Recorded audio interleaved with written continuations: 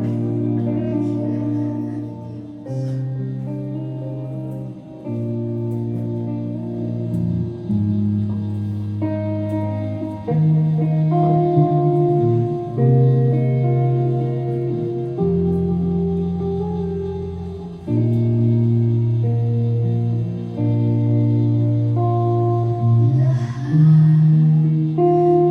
papuri ay sa'yo.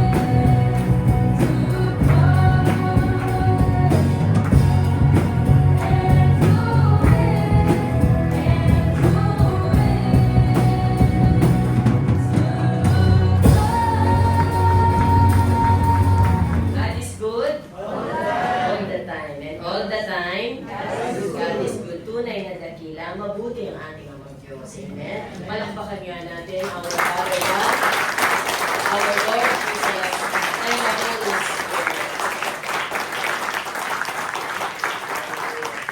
Ating buksan ngayon, mga kapatid, ang ating mga Biblia.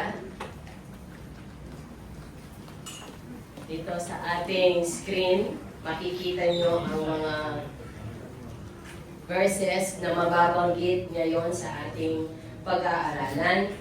Para sa ating text, dalawa lang yan, ang 1 John 4:17 at ang Matthew 5:48.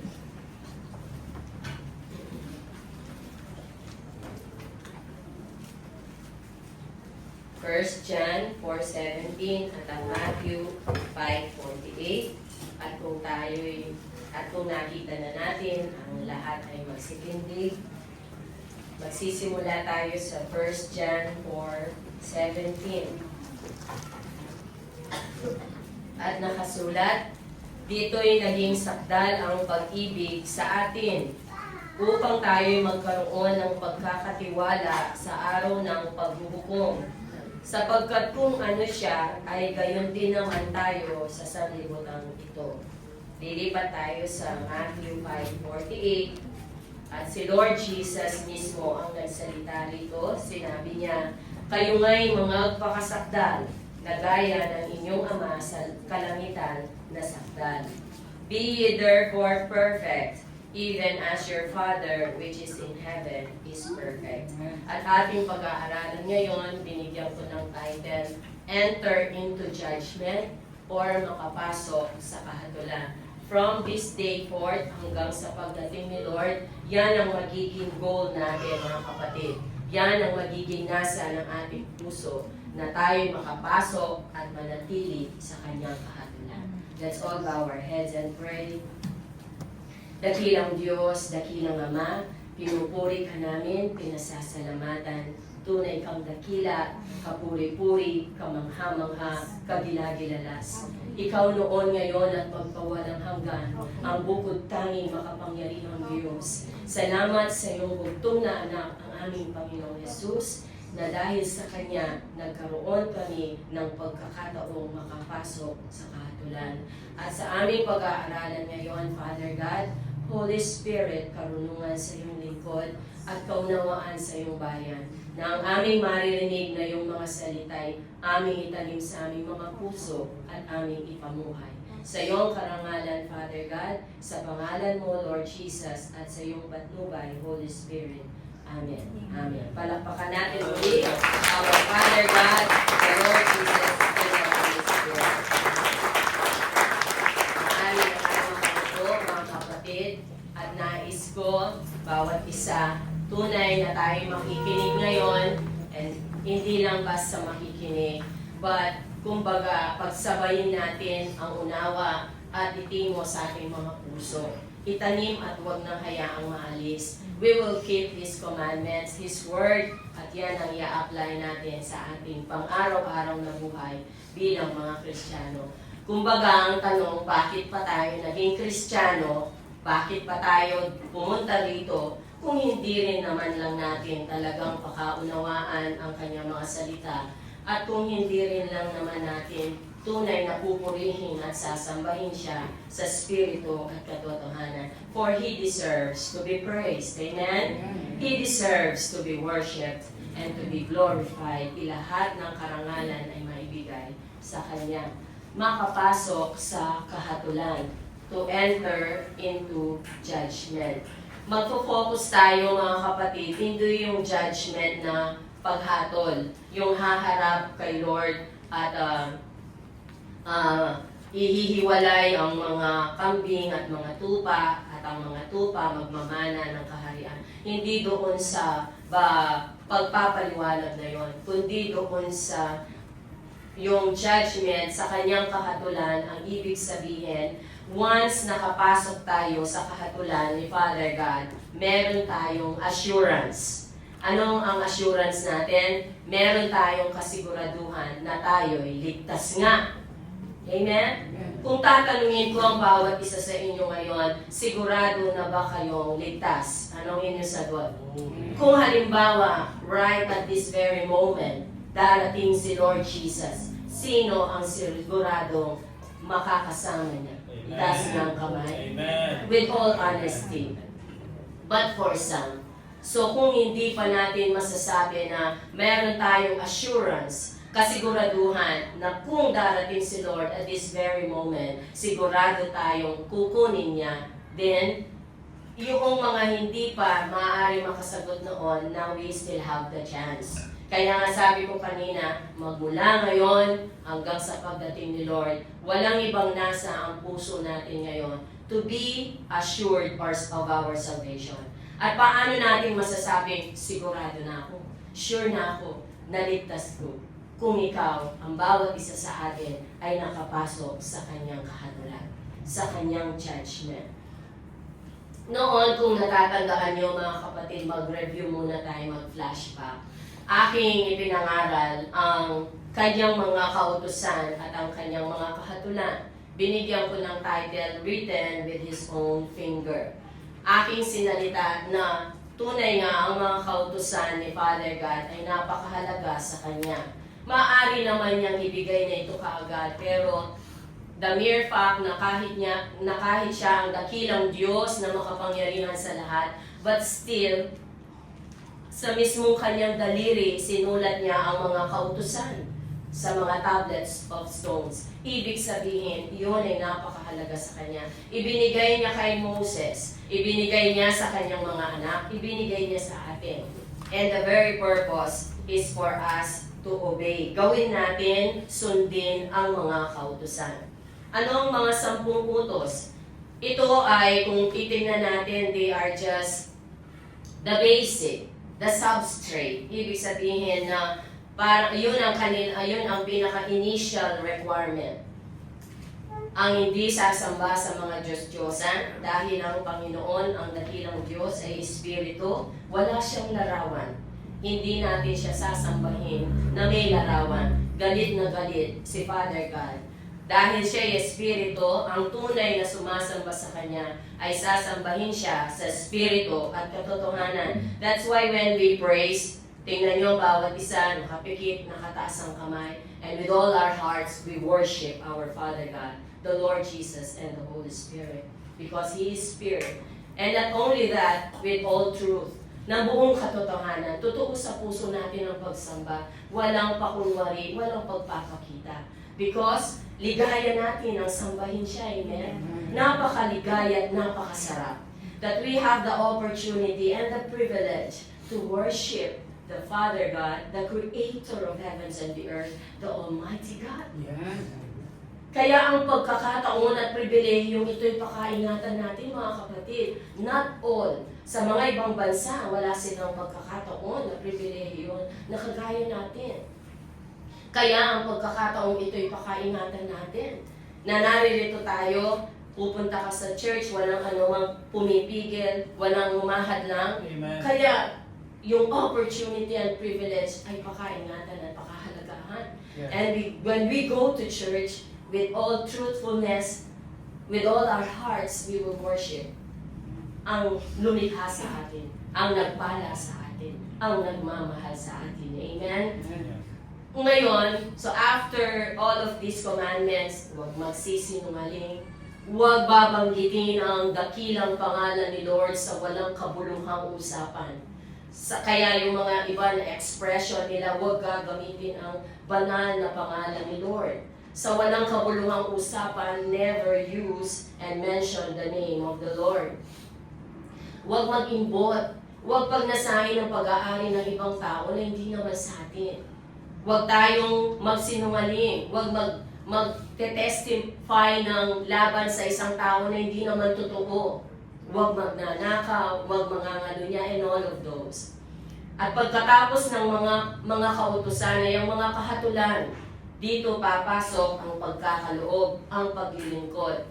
There are some, kagaya noong mayamang lalaki, alam na natin ang kwentong yan, na kanyang ginagawa, tinutupad ng buong katotohanan ng mga kautusan.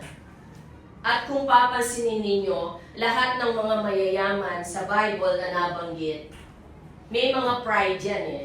Pero dahil wala silang maipintas or parang makita na baliwalain si Lord Jesus, lalapit yan, pero meron silang desire or purpose sa paglapit nila kay Lord.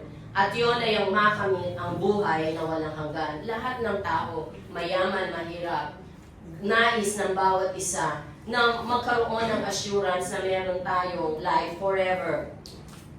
Ginagawa niya ang mga 10 kautusan, ngunit pagdating sa kahatulan, ang sabi ni Lord, ibenta mo ang ari-arian mo at ipagkaloob sa church. Ang daming kailangan ng church. Pinaraphrase ko lang, ipagkaloob mo sa mahirap. Pero ang tinutukoy, ang church. Ang daming kailangan, ibigay mo sa church. Nang dahil doon, sa kahatulan na yon, nalungkot siya umalis. So after ng kahatulan, papasok na siya, or after ng palatuntunan ang sinasabi ko, makakapasok na siya sa kahatulan. Pero sa pangalawang pagsubok, nalungkot, sadyang minamahal ng taong ito ang kayamanan.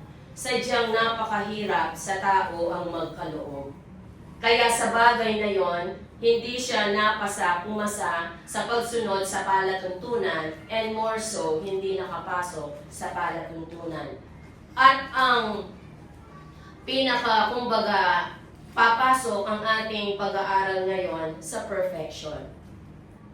Kapag nakapasok na tayo sa kahatulan ni Lord, ibig sabihin, perfect na tayo. Dahil yun ang, final requirement for us to enter the judgment of our Father God. Ang makapasok sa kanyang kahatulan. Amen? So, kagaya ng sinabi ko sa kanina, na once ang bawat isa sa atin nakapasok na sa kanyang kahatulan, ibig sabihin, we have the assurance of salvation. Sigurado na tayo sa ating kaligtasan. Bakit nasabi natin sigurado na tayo sa ating kaligtasan? Why do we have the assurance of salvation? Because we spend our days in perfection. Dahil tayo ay namuhay sa buong buhay Kristiyano ng buong kasasakdalan.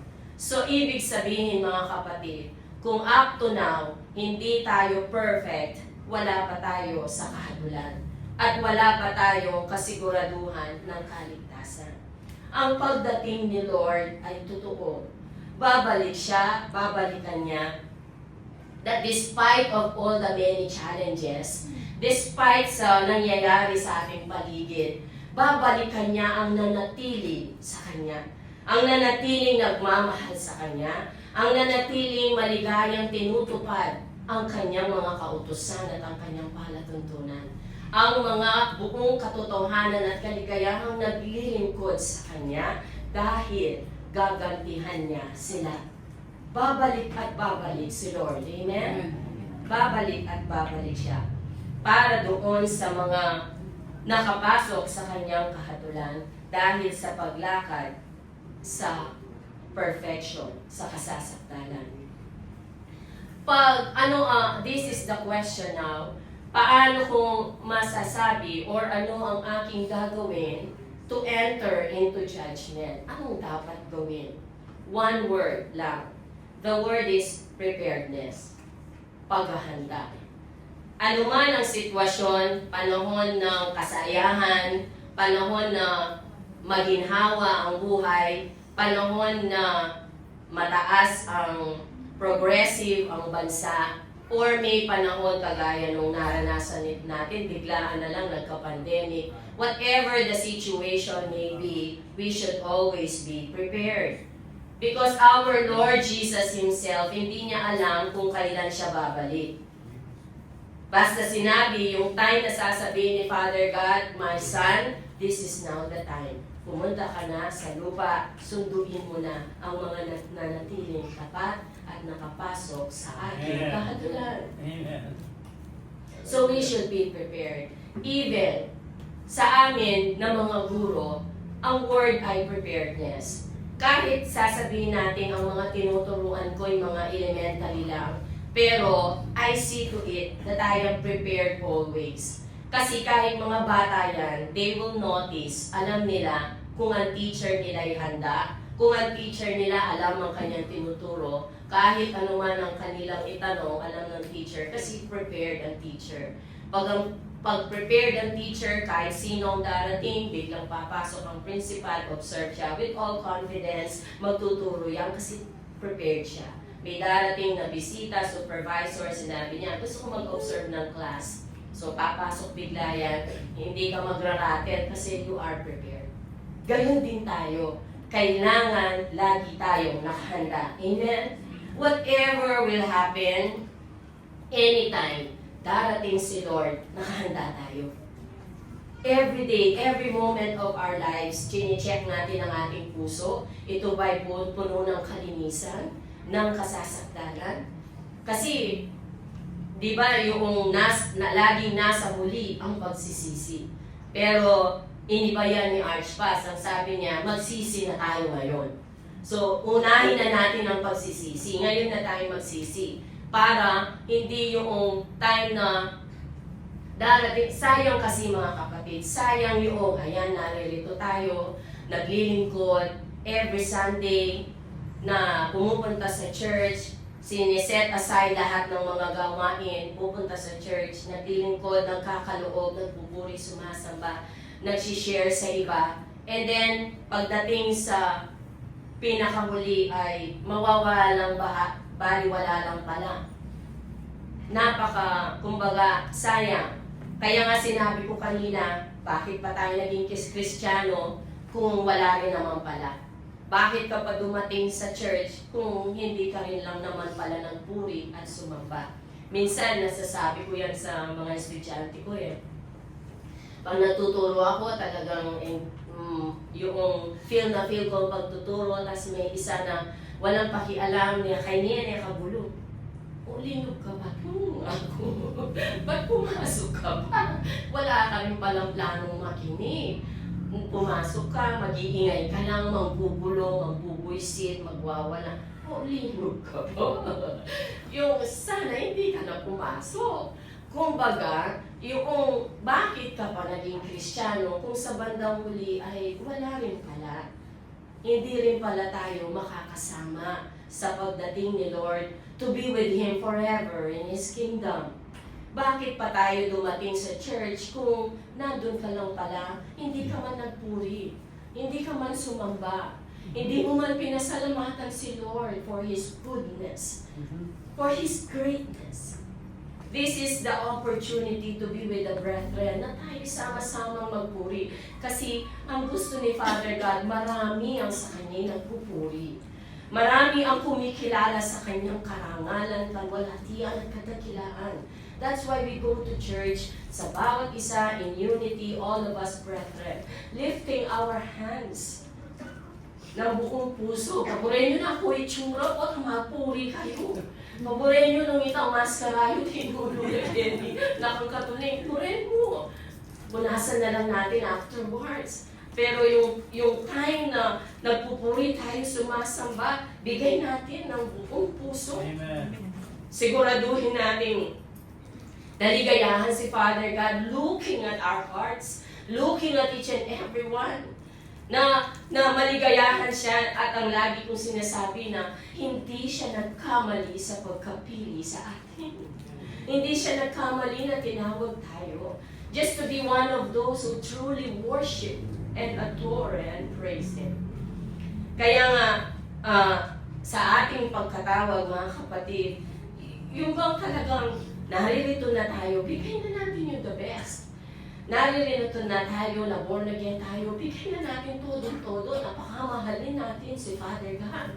Pakamahalin natin siya, sundin ang buong katapatan ng kanyang mga salita, ang kanyang mga kautusan, ang kanyang palatuntunan, for us to enter His judgment, to be assured of our salvation, to be with the Lord Jesus in His kingdom forever. Palakpakan natin si Lord. Amen. Now, so, kailangan maging handa. That's the word. Just one word, pero napakahalaga. Ngayon, paano? Ito naman ang ating gagawin. Anong mga dapat natin gawin? to be able to enter His judgment. Anong dapat gawin? Siyempre, number one, we must be born again. Kailangan tayong ipanganak na muli. Si Lord Jesus mismo, tingnan natin ang John 3, manatili ang Bible nakabukas sa John chapter 3. Dito sa John chapter 3, alam natin ang kwentong ito tungkol kay Nicodemus. Ang born again, pag nag-fill out tayo ng form, nakasulat doon, religion. Dahil hindi pwedeng i-leave natin ng blank, ako personally, sinusulat ko, born again Christian. Pero hindi ibig sabihin na meron tayong reliyon, na meron tayong religion. At ang religion natin ay born again Christian. For us to be identified, kailangan kasi may maisulat tayo. Kaya sinusulat natin, born again Christian. But born again Christian is not a religious group. Hindi siya isang relihiyon. Dahil walang nabanggit, kahit ano pa sa Biblia, pag binasa natin, walang nakasulat na may specific na religion na para mag-join tayo para maligtas tayo. Wala. Ang born-again Christian is a relationship. Ito'y isang relasyon na kailangan dahil nung ipinanganak tayo, meron na tayong daladalang kasalanan, original sin from our ancestors, si Adam at si Eva. Ngayon, kailangan na tayo ay maborn again. Ibig sabihin, ipinanganak na muli. Pero hindi ito naunawaan ni Nicodemo. Pansinin ninyo si Nicodemus, isa siyang Jewish leader at isa siyang religious leader. Despite na meron siyang pride, siyempre yung mga yan may pride, hindi pwedeng basta-basta lalapit yan sa ibang mga leader, mga Christian leader o kaya sa mga ibang church leader dahil hindi yan, kumbaga, patatalo. Pero dahil walang maipintas si Nicodemo kay Lord, lahat ng mga gawa ni Lord, binubuhay ang mga patay, gumagaling ang mga may sakit, yung pinapakain ng napakaraming tao na sa 5 tinapay lang kumain ng mga libo-libong mga tao. Walang sino man ever since the world began, walang sino mang tao ang nakagawa noon. Kahit gaano katalino, lumilitaw ang napakaraming mga tao ngayon, pero ni isa, walang makagagawa na kayang buhayin ang isang patay.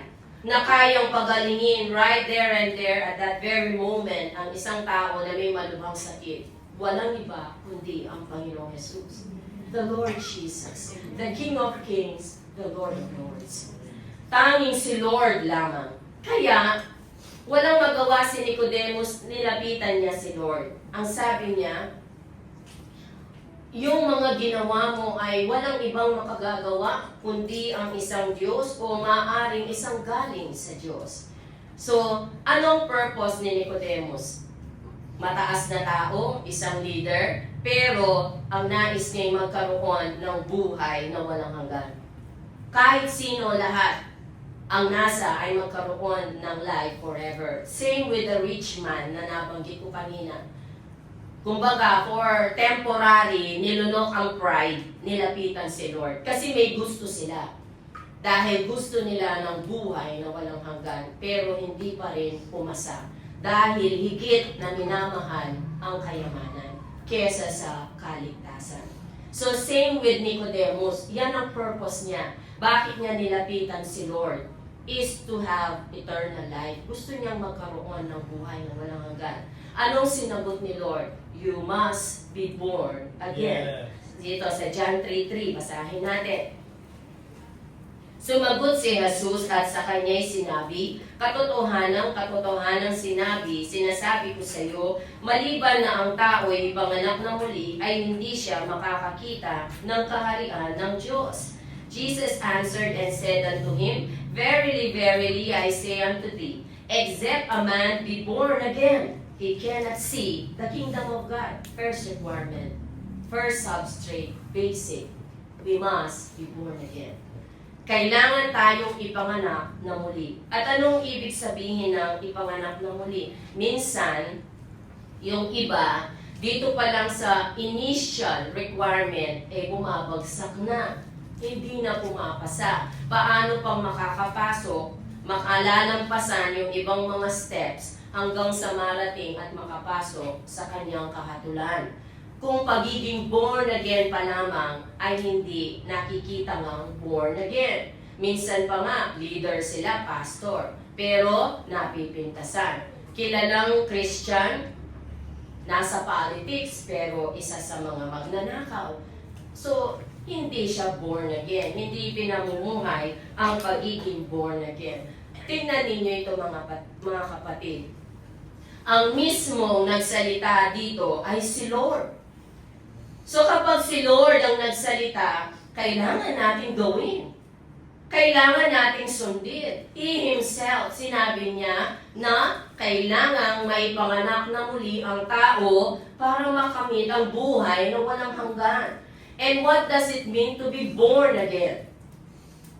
Yung may panganak na muli. Ang ibig sabihin, mula nang tinanggap natin si Lord, nasa Romans 10:9 yan, if we confess with our mouth that Jesus is Lord, and that God had raised Him from the dead, we will be saved. So, kaya nga hindi ba kapag may bago, tapos kinakausap ng mga SOM, and then ililid sila sa prayer, kailangan kasi banggitin, lalabas sa ating bibig, na nagagaling sa ating puso, na kinikilala natin si Lord is our Savior. That na si Jesus ay Panginoon. Na siya ang tagapagligtas. Na magko-confess tayo lahat ng ating mga nagawang kasalanan before. Sisisihin natin, hihingi ng kapatawaran sa ating Panginoon, and then kikilalanin na walang ibang tagapagligtas, siya lamang. Na siya ang ibinigay na pangalan, sukat, ikaligtas ng sangkatauhan. So, kailangan na from the time ginawa natin ang prayer na yon, ay magiging isa na tayong bagong nilalang. 2 Corinthians 5:17. If anyone is in Christ, he is a new creature. So, yung time na yon, na born again tayo, tinanggap natin si Lord as our personal Lord and Savior, from that day on, from that time, ay isa na tayong bagong nilalang. Kaya nga, born again, ipinanganak na muli. So, yung dating ugali na machismis, yung dating ugali ng ngutang na hindi nagbabayad, yung dating palaaway, yung dating nakikuupo sa sugalan, maya-maya siya na ang nakaupo, nagsusugal, lahat ng mga gawang makasalanan, lahat ng mga isip na masama, salitang walang sense, kumbaga, walang kabuluhan, alisin na lahat yun. Kasi from that day on, tumira na sa puso natin ang banal na spirito na siyang mag-guide, maglilid sa atin. All things have passed. Wala na yon. And all things have become new. Bago na. Isa na tayong bagong nilalang. Isang nilalang na ang puso'y punong-puno ng katuwiran, kalinisan, na ang lumalabas sa bibig ay puro magaganda, mga pasasalamat, pagwalhati, pagkilala sa ating Panginoon, at ang kaisipan, malinis, walang ibang nasa ang puso, that every moment of our lives ay laging bigyan ng kaluguran si Father God. That is being born again. Napakahalaga ng ating taglay-taglay na identification. Pag nakita ka nila, ay born again niya yan. Yamahi pang yes na yan. Born again niya yan. Kapag noon mayroong pumunta sa amin na magbibigay ng kumbaga allowance, pipili kami ng estudyanteng mahirap, bibigay ng allowance ng DAR, Department of Agrarian Reform. Pumunta yung empleyado ng DAR, sabi sa principal, sana po yung teacher na mapagkakatiwalaan. Yung kung hindi gagamitin yung pera or hihiramin. O yan. So, yung pagiging born again natin, isa yan sa mapagkakatiwalaan. Ay, the born again niya. At saka, kilala siya talaga with all yung kanyang personality, yung kanyang ugali, tunay na ina-admire, inahangaan. Yun ang pagiging born again. Sa John 3:15, that whosoever believeth in Him should not perish, but have everlasting life. Bago yung John 3:16, binanggit na yan. Na magmula noon, na kikilalanin natin si Lord as our Savior. Lahat ng kanyang mga kautusan, susundin at gagawin natin. Yun ang pagiging born again. Na mula ng araw na yon, ang nasa ng ating puso, walang ibang nasa, kundi ang paglingkuran siya, ang bigyan siya ng glory, honor, na whenever people see us, makikita nila si Lord sa atin. Hindi tayo mapipintasan. Ang hirap kasi kapag nakita ka nila, born again ka ba mo? Tataya yung wedding. Born again niya yan. Biyasang mamayad. Born again niya yan. Ang dami. Yun ang wag nating hayaang maipintas sa atin. Kailangan when they see us at malaman nilang born again tayo, kaya pala, born again niya pala. Kaya pala siya ganyan, napakabuti niya, ang puso niya ay dakila, born again pala siya.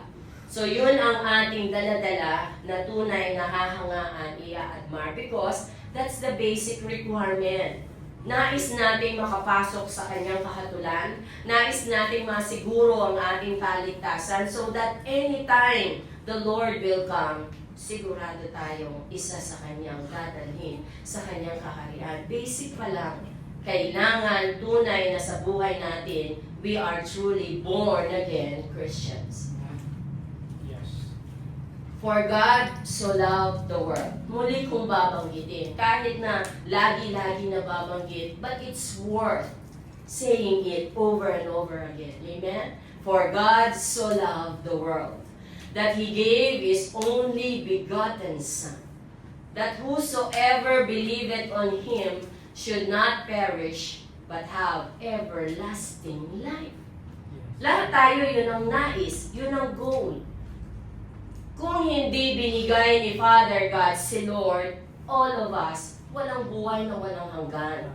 Lahat tayo may impyerno. Kaya nga, yun pa lang mga kapatid, ang lagi kong sinasabi, yun pa lang ang isa puso natin, ay tunay ngang itataas mo ng buong kataasan ng iyong mga kamay sa pagpupuri, pagpapasalamat. Sisigaw ka na lalabas talaga yung ugat mo sa liig because ang puso mo'y punong-puno ng kagalakan at pagpapasalamat. Dahil binigay ni Father God His only begotten Son.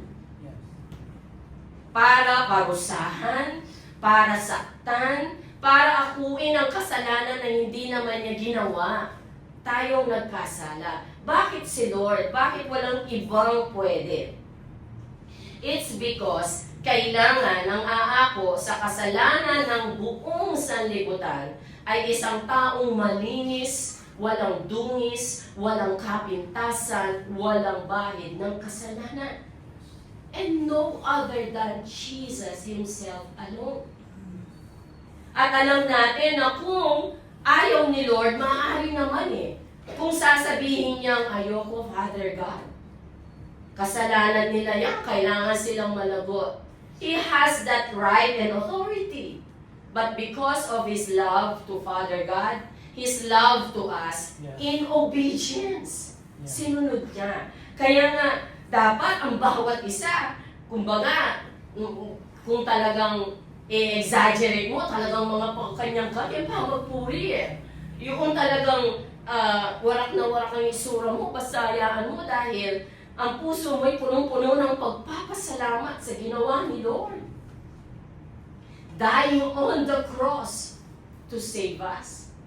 Para meron tayong assurance. Darating ang panahon na yon, brethren. Kaya huwag tayong magsisi sa huli. Gayon na tayo magsisi.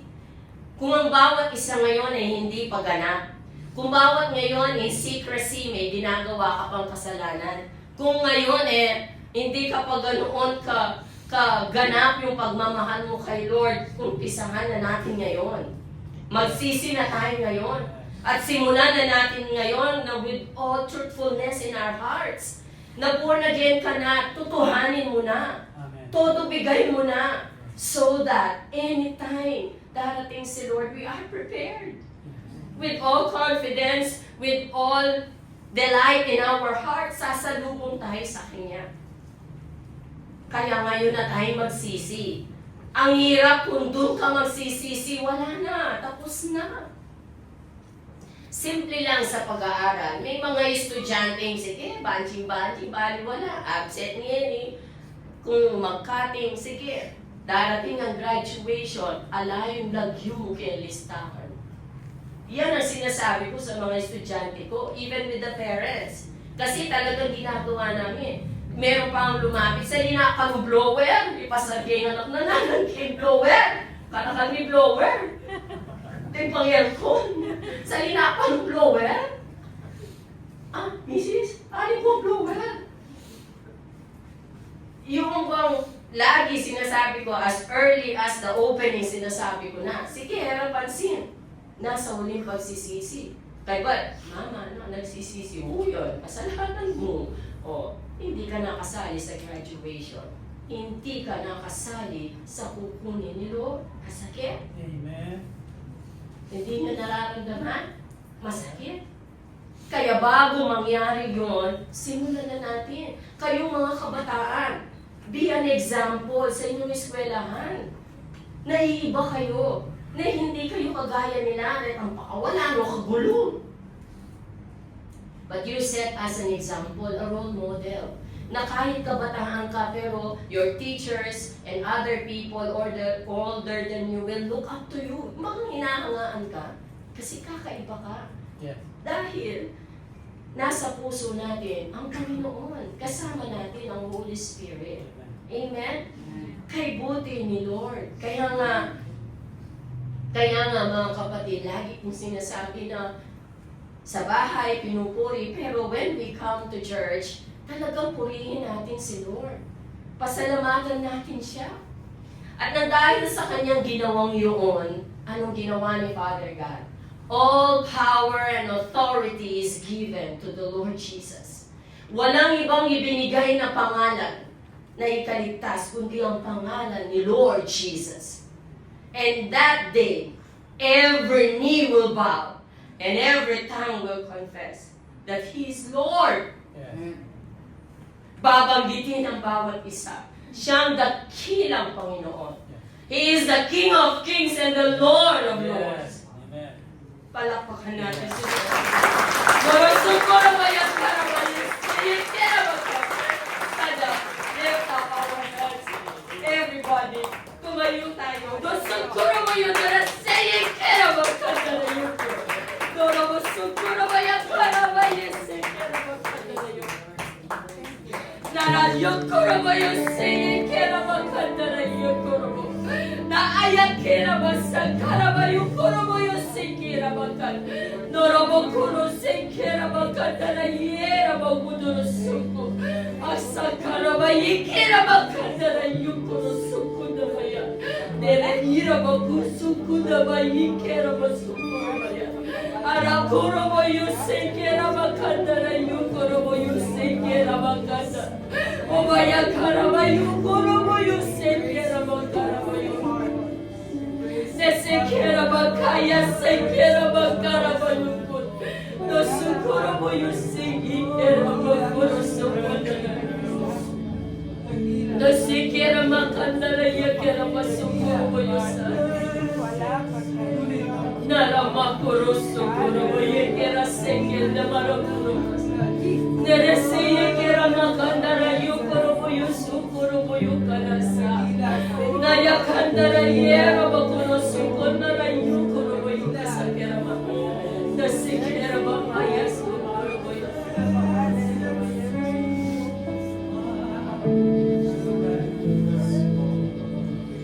Ikaw ang hari ng mga hari.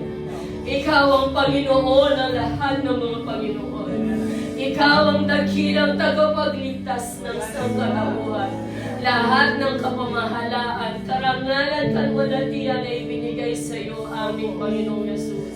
Pinupuri ka namin, sinasamba ka namin. With all our hearts, we thank you, Lord.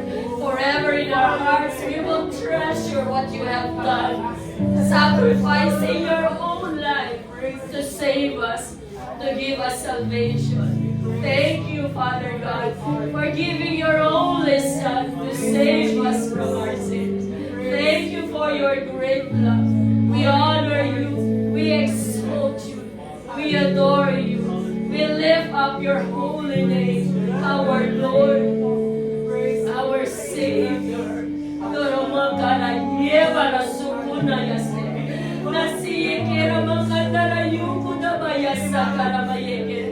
Narosuku baya kana sehi kera makunduru boyasa.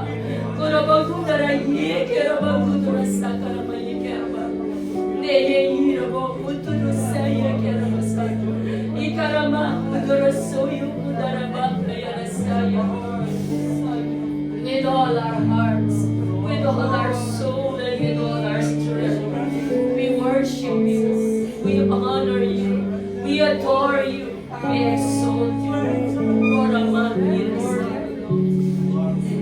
Purihin ka, dakilang Diyos sa aming Ama. Sambahin ka, Panginoon Yesus.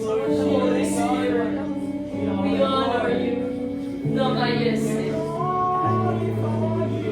Obayasa na ba? We bow our heads before your throne. We bow our heads before your throne. Worshiping you in spirit and in truth. Thank you, Father God, Lord Jesus. Sa iyo ang karangalan at kalwalhatian naming Ama, Panginoong Jesus, Holy Spirit. Palakpakan natin ang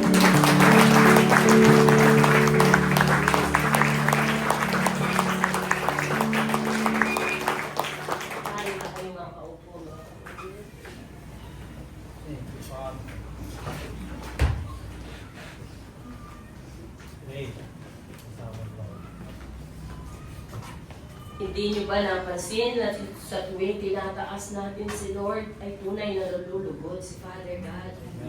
Sapagkat sadyang minamahal niya ang kanyang anak. Walang higit at walang makatatapat sa pag-ibig ni Father God kay Lord Jesus. Dahil nga dakila ang kanyang ginawa. At ang pangalawa, ay kailangan tayong lumakad sa Espiritu, walking in Spirit. For us to be assured of our salvation, kailangan tayong makapasok sa kanyang kahatulan, ay kailangan tayong lumakad sa Espiritu. Sa Galatians 5:16, tignan natin. Galatians 5:16, nakasulat na kailangan bilang mga born-again Christians, ay kailangan tayong lumakad sa Espiritu. Dito sa verse 16, ang sabi, sinasabi ko nga, magsilakad kayo ayon sa Espiritu, at hindi ninyo gagawin ang mga pita ng laman. And then dun sa Romans 8:1, pagsabayin natin silang ipaliwanag.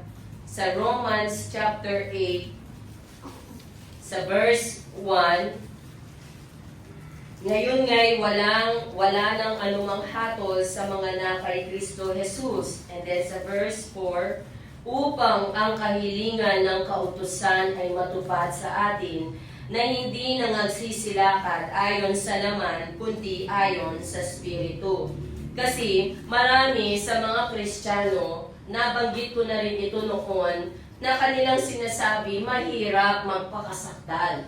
Nahihirapan ako, bakit ang mga nagagawa kong kasalanan, kahit pinipilit kong hindi gawin ay aking nagagawa? Bakit ang hirap? Kung ang requirement ay maging sakdal, yun nga ang pagiging banal, hindi ko magawa, paano pa ang pagiging sakdal? It's because you are not walking in spirit. Yes. The Holy Spirit is in our hearts. Ibinigay yan ni Father God, kasama natin siya. Kasi alam niya na kung walang Holy Spirit, hindi natin makakaya. Mahihirapan tayo. That's why when the Lord Jesus returned sa kanyang kaharian sa kalangitan, ibinigay ang banal na Espiritu. Kasama natin ang banal na Espiritu. He is our comforter, He is our great teacher, and He is our sanctifier. Kaya natin, kaya nga binigay ang banal na Espiritu. Nasa sa puso natin.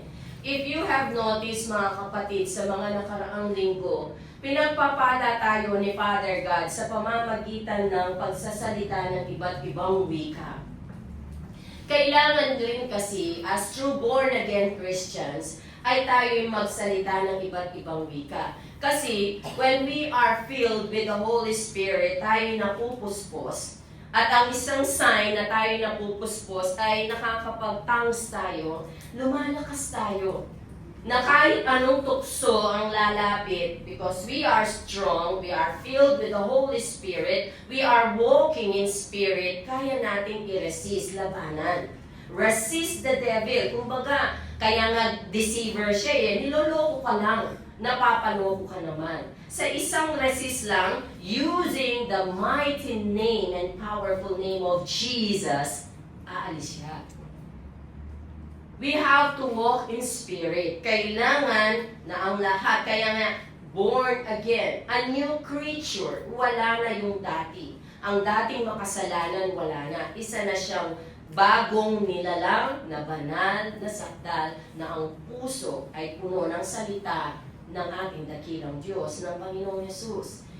Now, bilang isang mga Kristiyano, mga true born-again Christian, walking in spirit, kailangan makita, maging ugali natin ang mga fruits of the Holy Spirit. Tingnan natin sa Galatians 5, hindi na sulat yan. Sa Galatians 5:22 hanggang 23.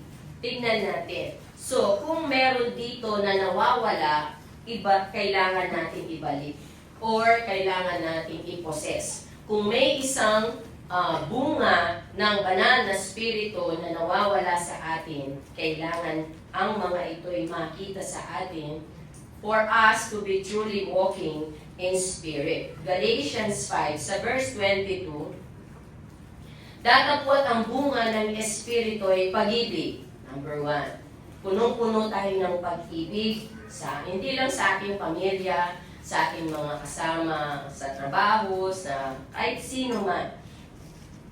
Katuwaan, kapayapaan, pagpapahinuhod, kagandahang loob, kabutihan, pagtatapat. Verse 23. Kaamuan, pagpipigil, laban sa mga gayong bagay ay walang kautusan. Sa English. But the fruit of the Spirit is love, joy, peace, long-suffering, gentleness, goodness, faith, meekness, temperance. Against such, there is no law.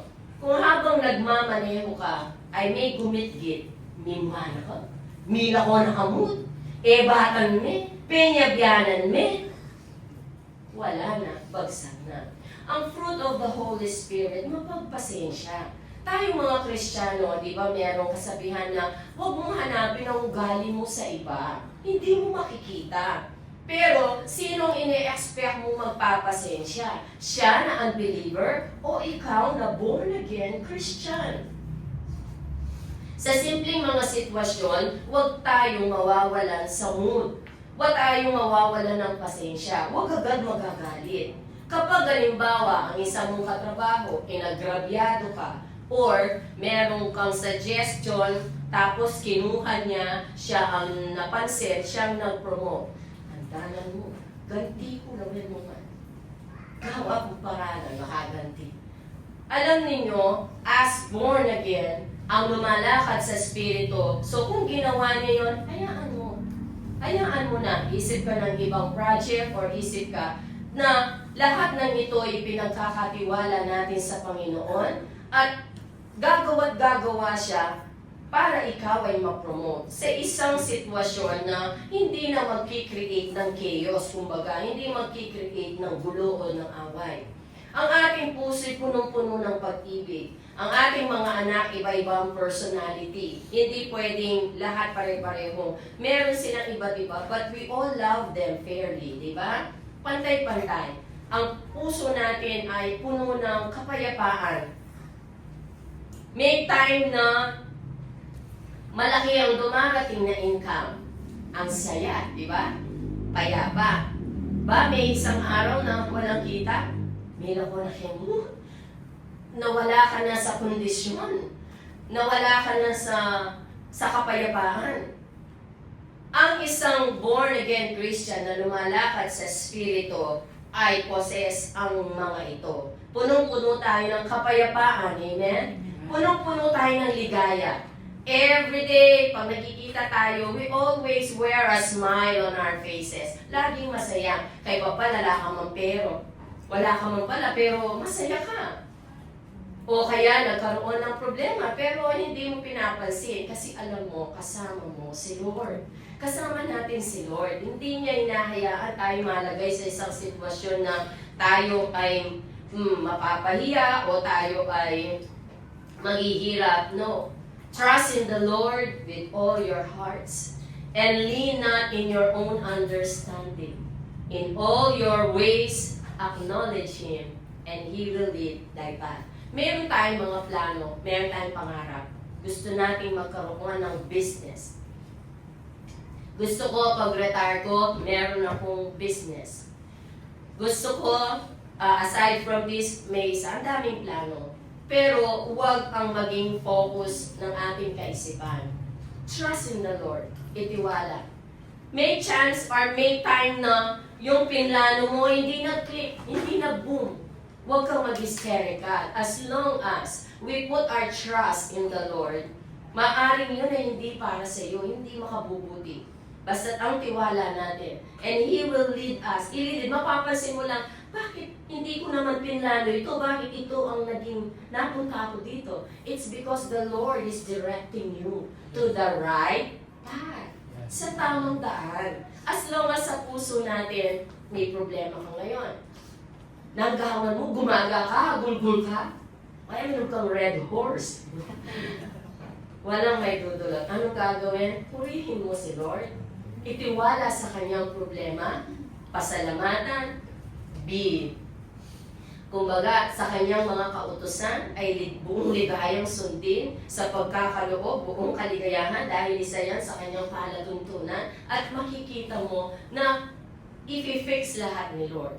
Kung sa kasalukuyan meron kayong struggle, may problema, or may hindi tama, as long as this heart is pure and holy before Him, as long as na ang puso mo'y walang nasa, kundi baka mahalin siya, sundin ang kanyang kautusan, mapapansin mo, aayusin ni Lord.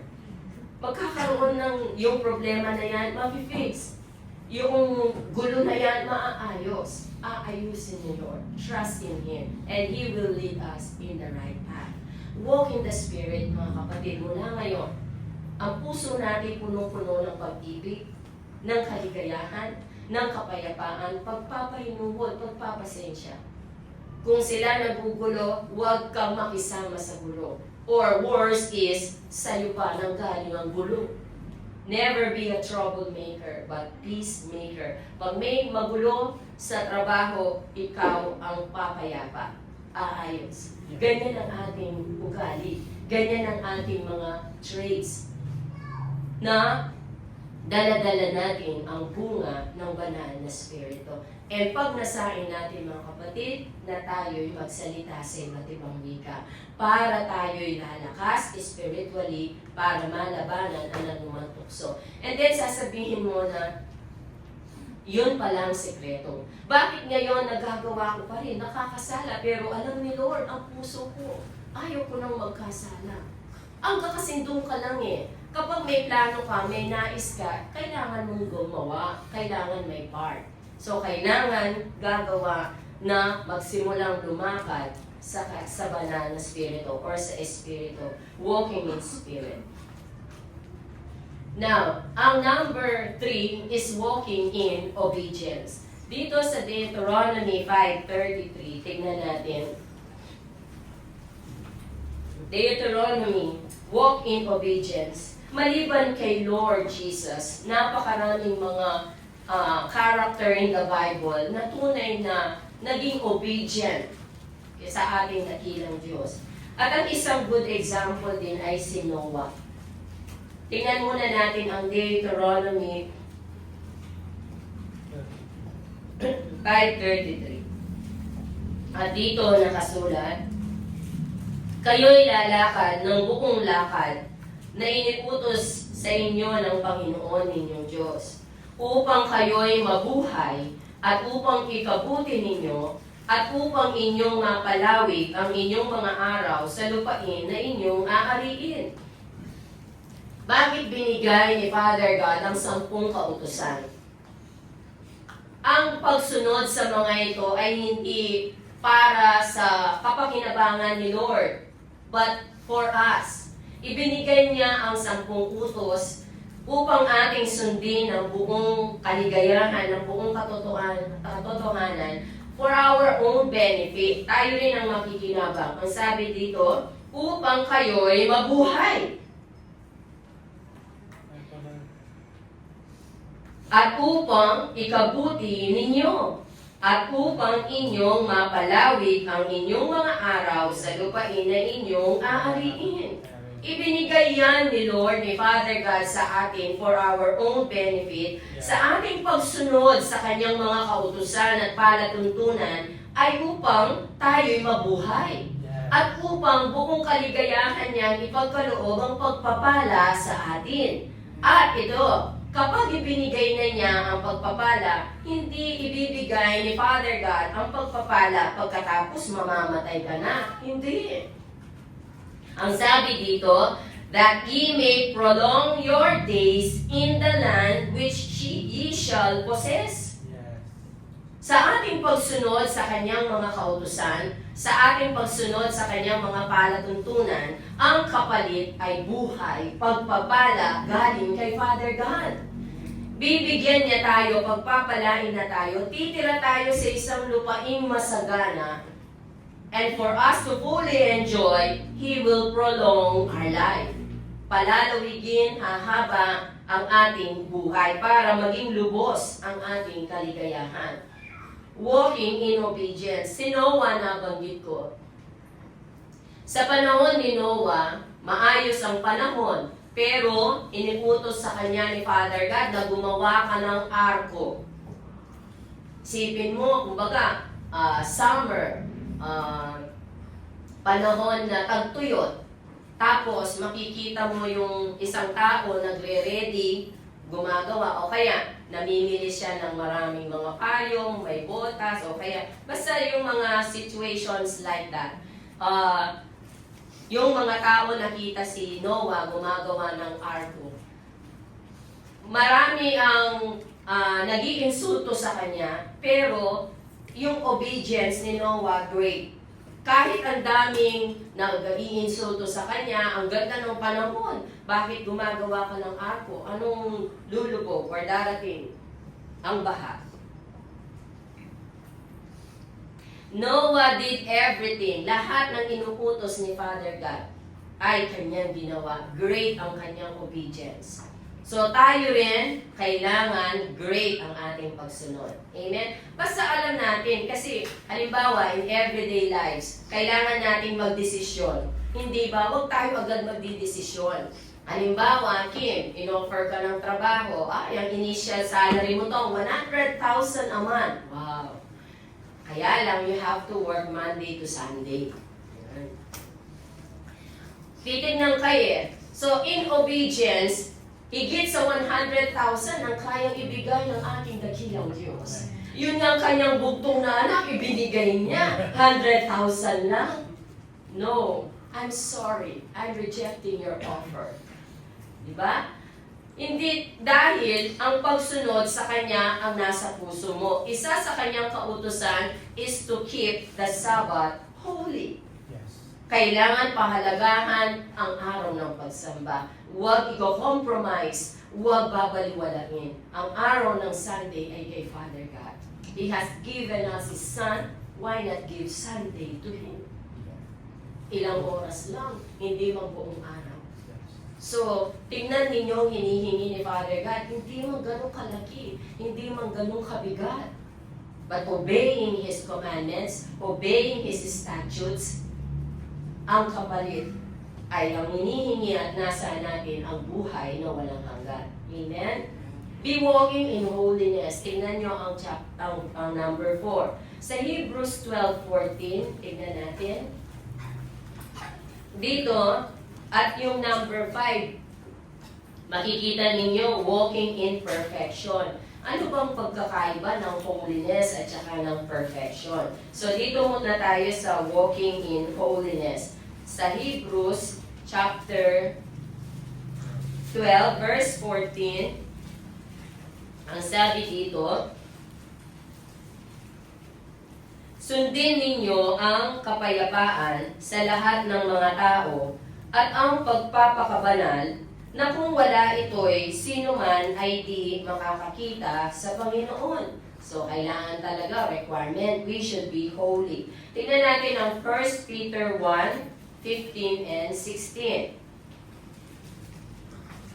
1 Peter chapter 1, sa verse 15, ngunit yamang banal ang sa inyo'y tumawag, ay mga pakabanal naman kayo sa lahat ng paraan ng pamumuhay.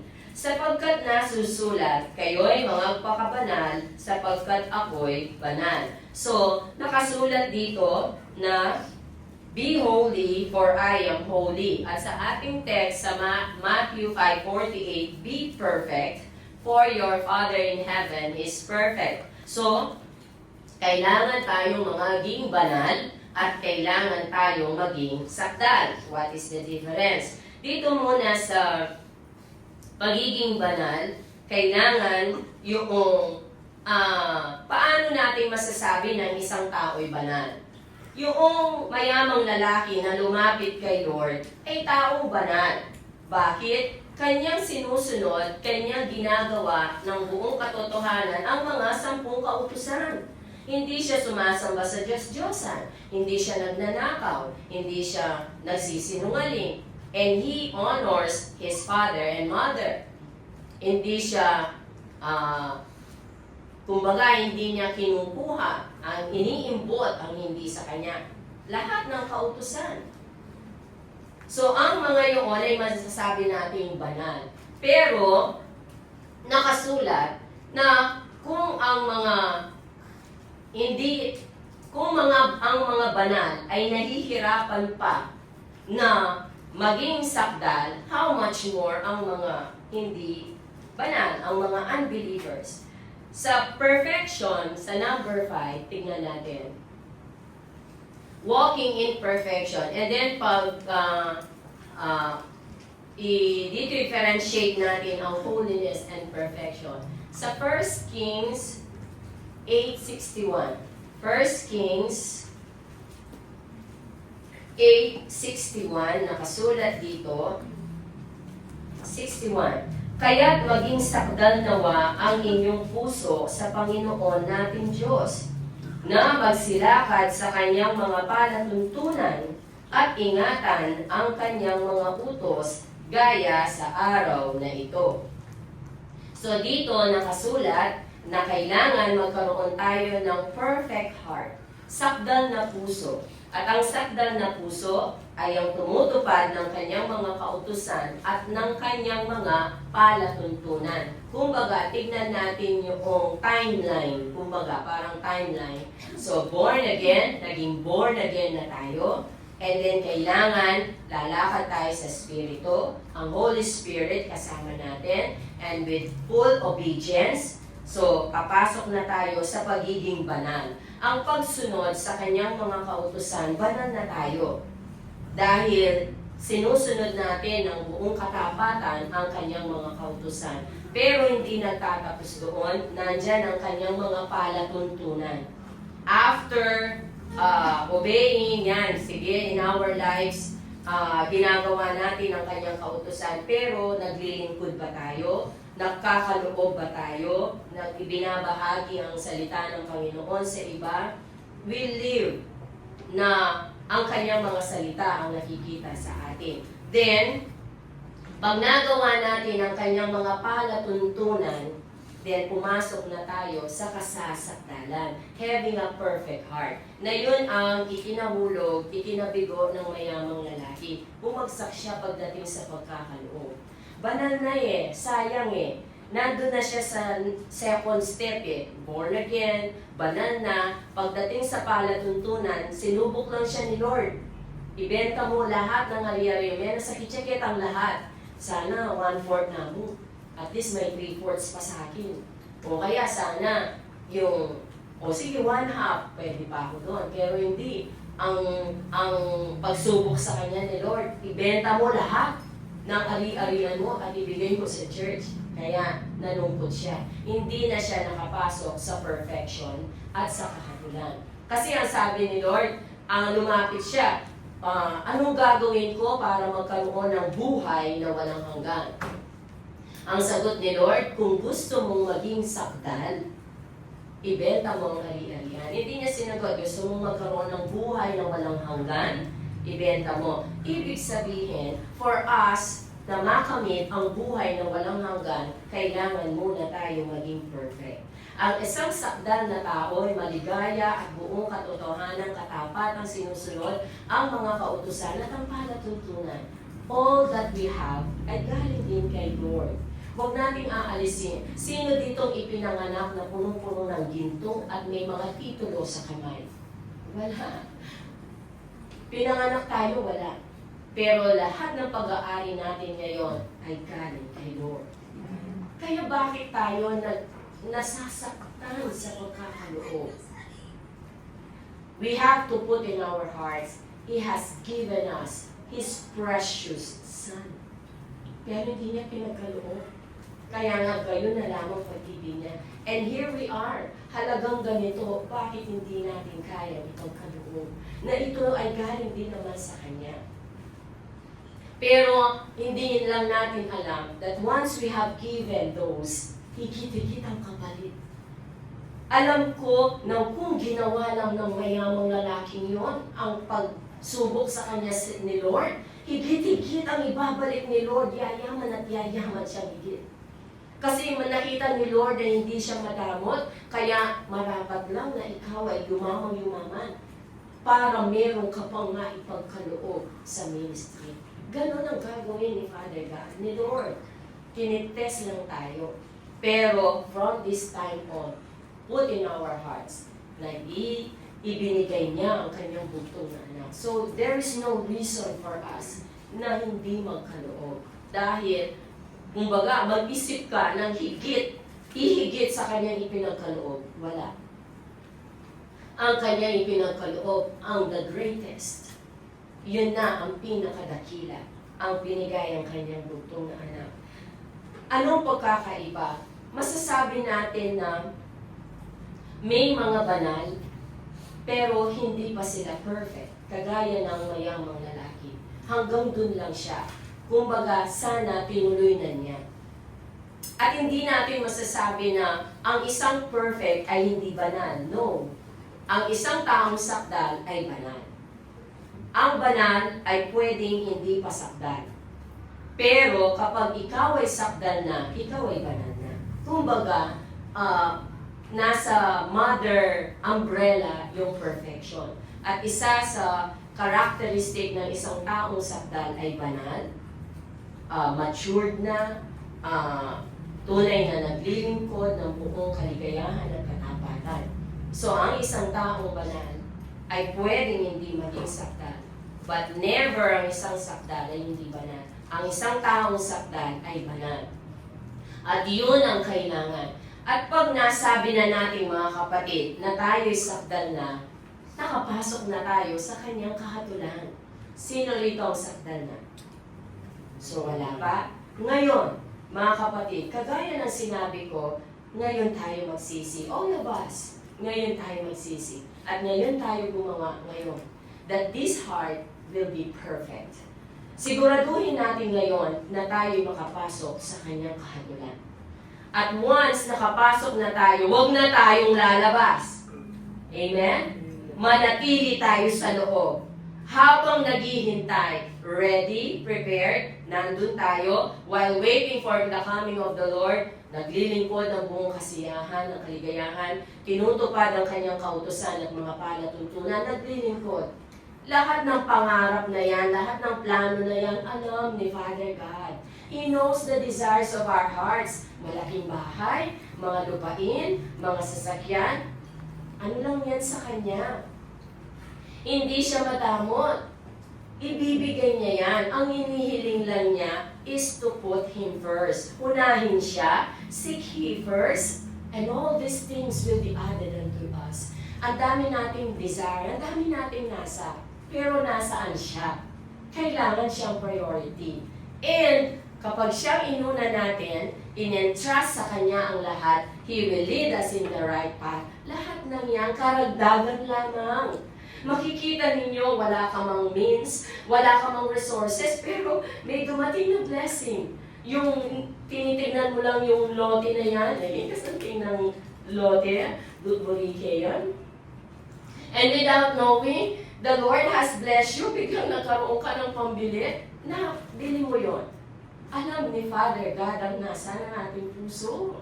When we all smile, mas maligaya siya. He is our Father.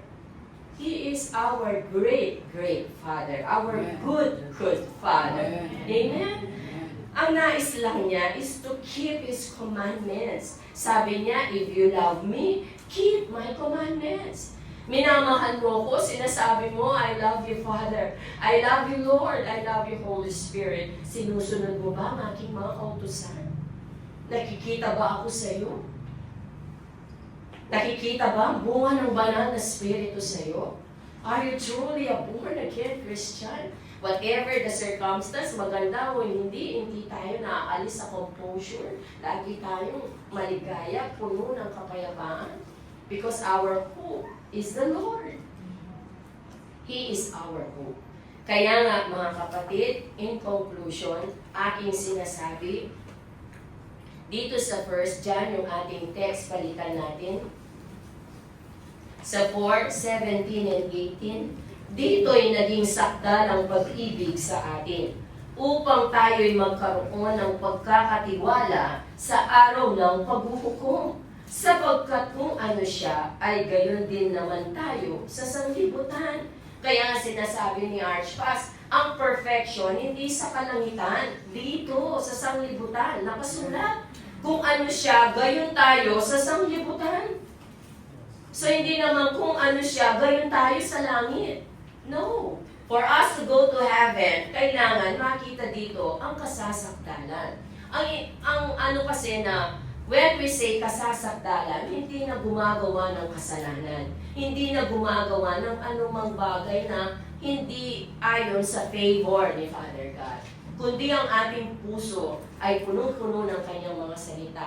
Keeping His commandments. Pinakaiingatan ng kanyang kautusan dahil ayaw nating magkasala.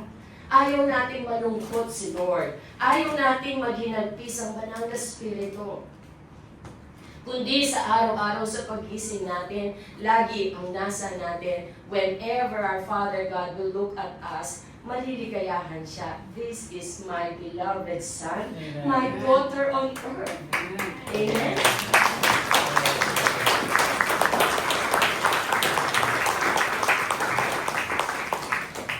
If you love me, keep my commandments. John 14:15. So, isa-sum up ko mga kapatid, our goal now is to enter His judgment. Amen? Be sure that all of us ay nakapasok na sa kahatulan, nakapasok na at mananatili doon. At dahil pag nakapasok na tayo sa kahatulan, ibig sabihin perfect na tayo and ready anytime dahil babalikan tayo ni Lord. Lahat ng yan, mga kapaguran, mga problema, lahat ng yan, gagantihan niya tayo. Despite of all the many problems, challenge, pero nanatili tayo maligayang, naglilingkod, naghihintay, darating siya. Di ba? Nakasulat na, He will wipe our tears. Siya mismo pupunasan ng ating mga luha. Gagantihan niya tayo kasi Ang sabi sa kapahayagan, lagi naghahanap si Father God. Sino sa kanyang mga nilalang ang kumikilala sa kanya? Sino sa kanyang mga nilikha ang nagbibigay ng karangalan at kagwalhatian sa kanya? And naririto tayo. Iniingatan niya tayo dahil natagpuan niya tayo. Pinakaiingatan. Huwag natin siyang bibiguhin. Amen? Be ready, be prepared from this time forth. And we will be waiting for the coming of the Lord. Makapasok sa kanyang kahatulan at sasalubungin natin siya. Palakpak natin. Ang mga kayamanan, ikaw pa rin naman aming itatanghal. Kaya't ako'y susunod sa'yo upang ipahayag ang iyong salita.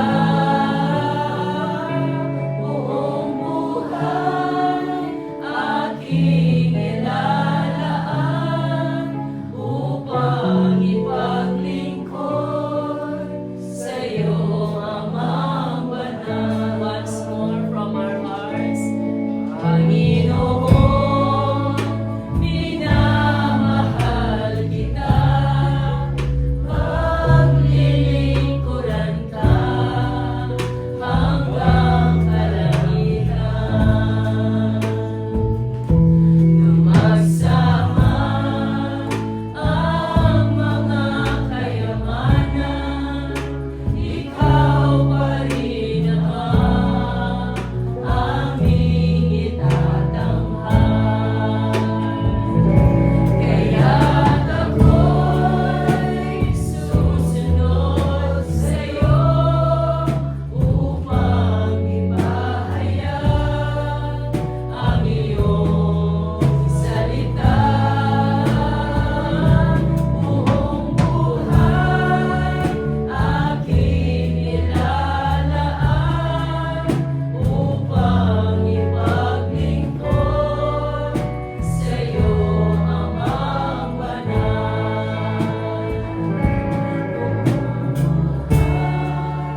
Aking ilalaan upang ipaglingkod sa'yo, Amang Banal.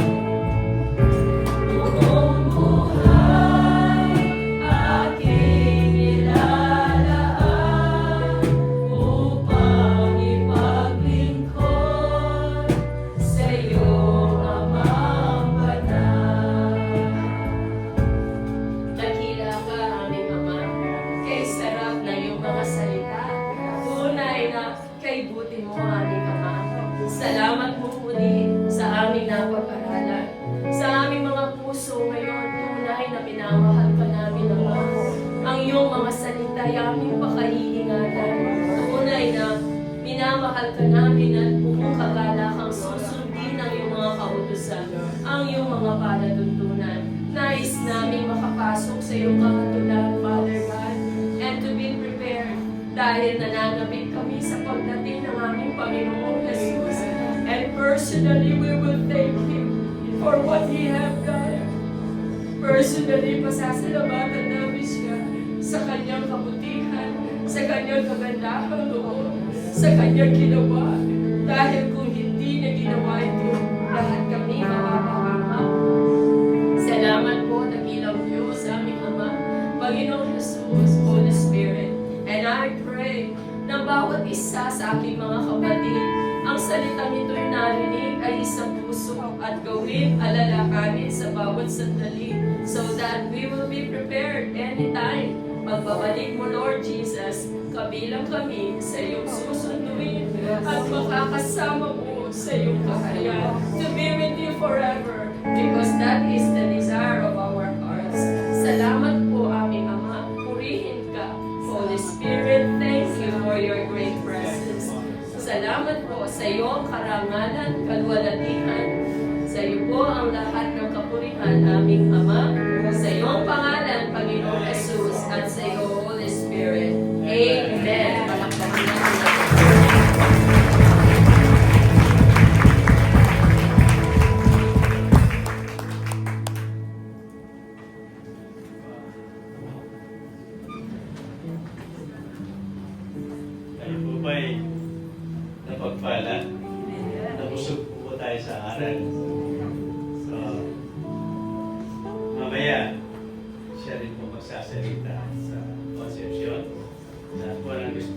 sumama doon ay sasama.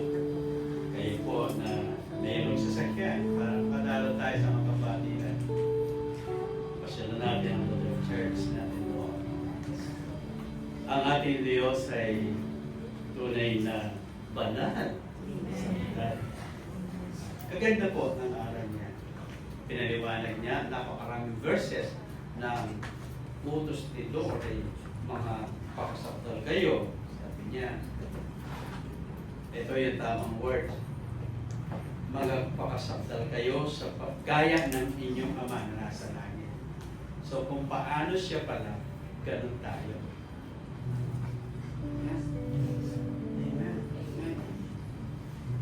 Genesis, sinabi niya ngayon, gaya na natin ang tao. Alam na niya ang mabuti at masama. Ngayon alam na natin, gusto pala ni Jesus maging gaya natin ng ating Ama na nasa langit.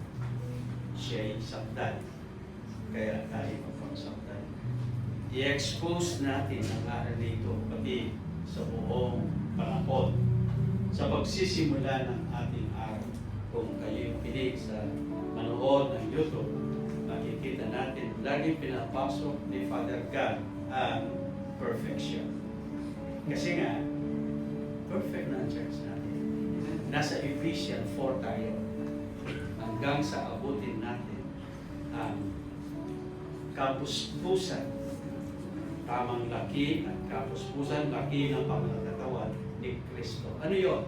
Yung buong pagka-Diyos ni Kristo ukol sa kalinisan, kaalaman, pananampalataya, magiging gaya natin siya. Amen? Kaya kapatid, wala nang pagkakaiba. Hindi ko sinasabing tayo ay magiging Diyos na gaya. Hindi pwede yun. Isa lang ang Diyos talaga. Ang Panginoong Diyos Ama, Diyos na lang, Diyos Espiritu Santo, sila ay tatlong persona sa isang pagka-Diyos. Pero yung gawa ni Lord, ukol sa kabanalan, kalulatian, karangalan, gusto niya maging gaya natin siya. Amen? Salamat po, Propetisa. Sa napakagandang aral, kami po ay natuto at napagpala, maging ang mga nunood ay napagpala. Tayo pong lahat ay magsitindig.